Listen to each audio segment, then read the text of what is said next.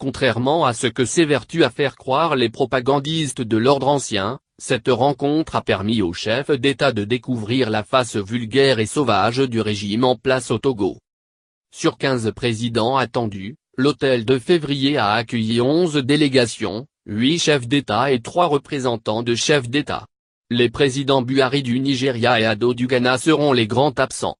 Ils sont pourtant parmi les fers de lance dans la résolution de la crise togolaise. 24 heures avant cette rencontre, les deux présidents étaient en tête-à-tête à Abuja.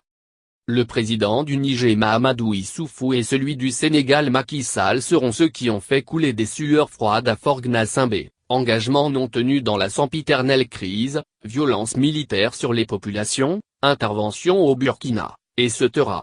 Le prince a fait grise mine mais cela n'a pas empêché les autres de plus cracher des vérités en face. À un moment donné, Fort Gnassingbé est obligé de se retirer pour, dit-il, consulter son entourage en laissant ses pairs sur leur soif.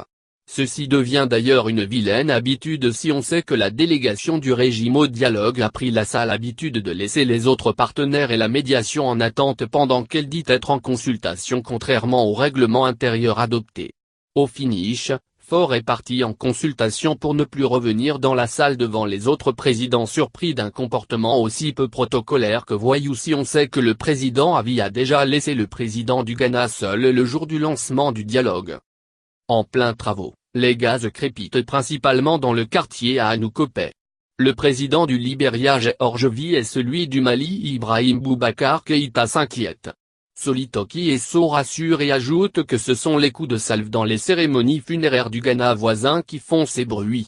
Le Malien craint une attaque terroriste, Fort rassure, et son homologue de rebondir, tu te rappelles que tu nous avais confirmé que les terroristes sont bel et bien au Togo.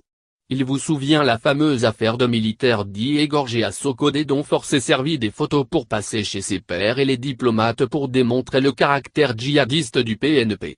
Les autres chefs s'inquiètent donc et George Weah en bon sportif est obligé de monter au dernier étage pour jeter un coup d'œil sur la ville. Il revient confirmer que les coups d'explosifs se produisent bien à Lomé à quelques kilomètres près. Le Malien de rebondira il faut trouver des abris sûrs, nous sommes dans des pays instables et par expérience on sait que quand il y a attaque ce sont les hôtels qui sont ciblés.